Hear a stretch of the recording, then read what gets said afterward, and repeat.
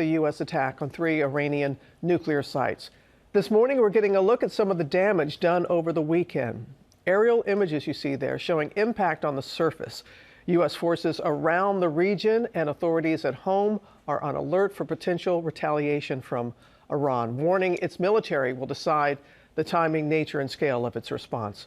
The U.S. has about 40,000 forces in the region, spread out among about 20 sites. We have complete team coverage, beginning with new details about the 36-hour mission of the U.S. B-2 stealth bombers that attacked Iran on Saturday. Chief Global Affairs anchor Martha Raddatz starts us off. Good morning, Martha. Good morning, Robin. President Trump called the mission a tremendous success, a mission carried out with maximum stealth. This morning, we're getting our first look at that extraordinary attack on 3 Iranian nuclear sites over the weekend. This fireball in the night sky, explosions heard in the distance at Iran's Isfahan nuclear facility. Part of the barrage known as Operation Midnight Hammer that included the largest strike by B-2 stealth bombers in history. This is a plan that took months and weeks of positioning and preparation so that we could be ready when the President of the United States called. The operation carried out in complete secrecy, beginning at 12:01 a.m. Saturday morning. About a dozen B-2 bombers taking flight from Whiteman Air Force Base in Missouri. Around half of them heading west towards Guam, those with trackable movements. This was a decoy. Another 7, those with transponders turned off and minimal radio communications, launching a short time later, heading towards Iran. The 18-hour flight to Iran, including mid-air refueling and in-air support. The B-2s linked up with escort and support aircraft in a complex, tightly timed maneuver requiring exact synchronization across multiple platforms in a narrow piece of airspace, all done with minimal communications.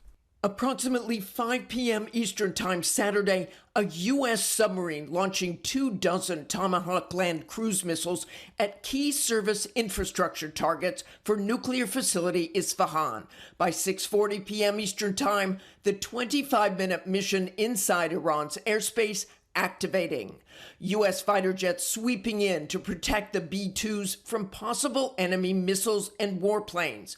The B-2s dropping 30,000-pound massive ordnance penetrator weapons, also known as MOPs, or bunker busters, onto Iran's most complex nuclear enrichment facility, Fordo. Experts say it's carved at least 300 feet below the surface of a stone mountain and reinforced with concrete. The first time ever those bombs used in a strike. The remaining bombers then hit their targets as well, with a total of 14 MOPs dropped against 2 nuclear target areas.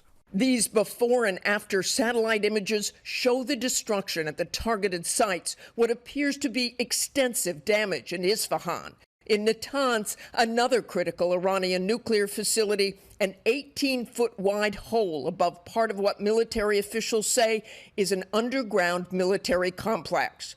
By the numbers, more than 125 U.S. aircraft, around 75 precision-guided weapons, a piloted mission that was a complete operational surprise. Iran's fighters did not fly, and it appears that Iran's surface-to-air missile systems did not see us.